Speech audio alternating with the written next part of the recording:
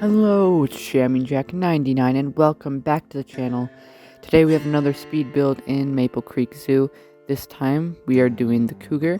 We are in our North America section and I'm starting kind of a new area within that North American section called the Predator Path, which will be home to the cougars and the grizzly bears. So grizzly bears will most likely be the next episode unless I decide to do something else. But yeah, I just wanted kind of a themed area. And I already have the animals I want to do in the North America section planned out, and I think that cougars and grizzlies kind of fit near the beavers the most before we move on to some more different biomes. But for this one I wanted to make kind of a Rocky Mountain thing, because every time I see cougars in real zoos, they are in these super rocky enclosures. I also wanted to make it nice and long, so it's kind of like you're walking through the woods and you're just seeing these cougars all the time.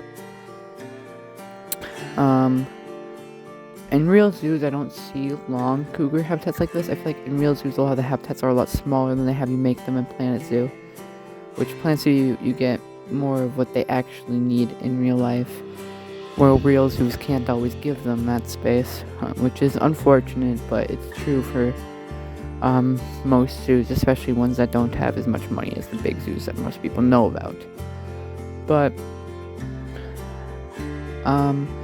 here, just doing the windows, these big rock windows I really like. I've seen these done in zoos before, not necessarily for cougars, but I think they look really cool being able to look through the rocks.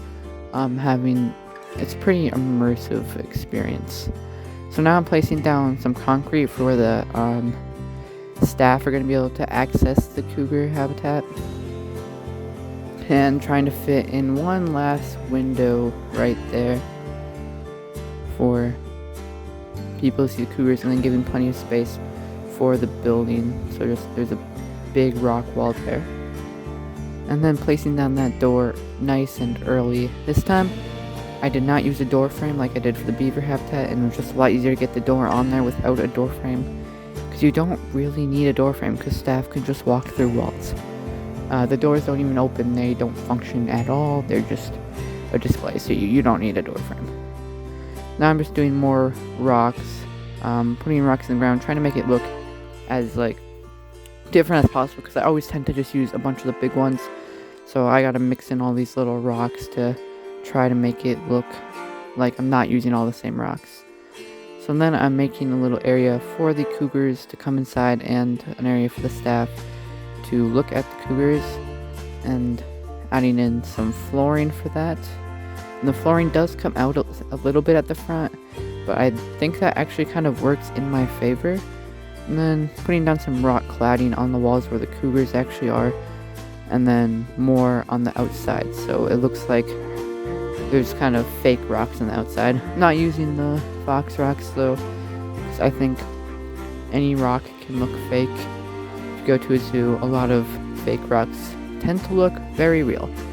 So, and even in game, the faux rocks can also look real. So I'm just kind of going back and forth between both sides, so hopefully they can connect pretty nicely. And I do think we get a nice connection there. And then just finishing off with some more rocks, finishing that big barrier there. Then adding some rocks in the middle to give it even more of a rocky feel, and then finishing up the barriers, putting a nice concrete barrier on the inside with our door, which I think looks very nice, and adding null barrier all the way around so we can get the cougars in. And of course we have to connect the staff path to the regular path.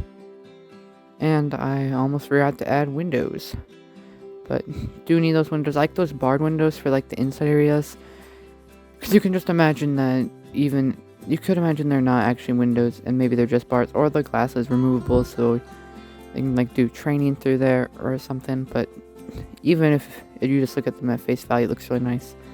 So here I'm just moving some rocks around, giving them a little bit more space.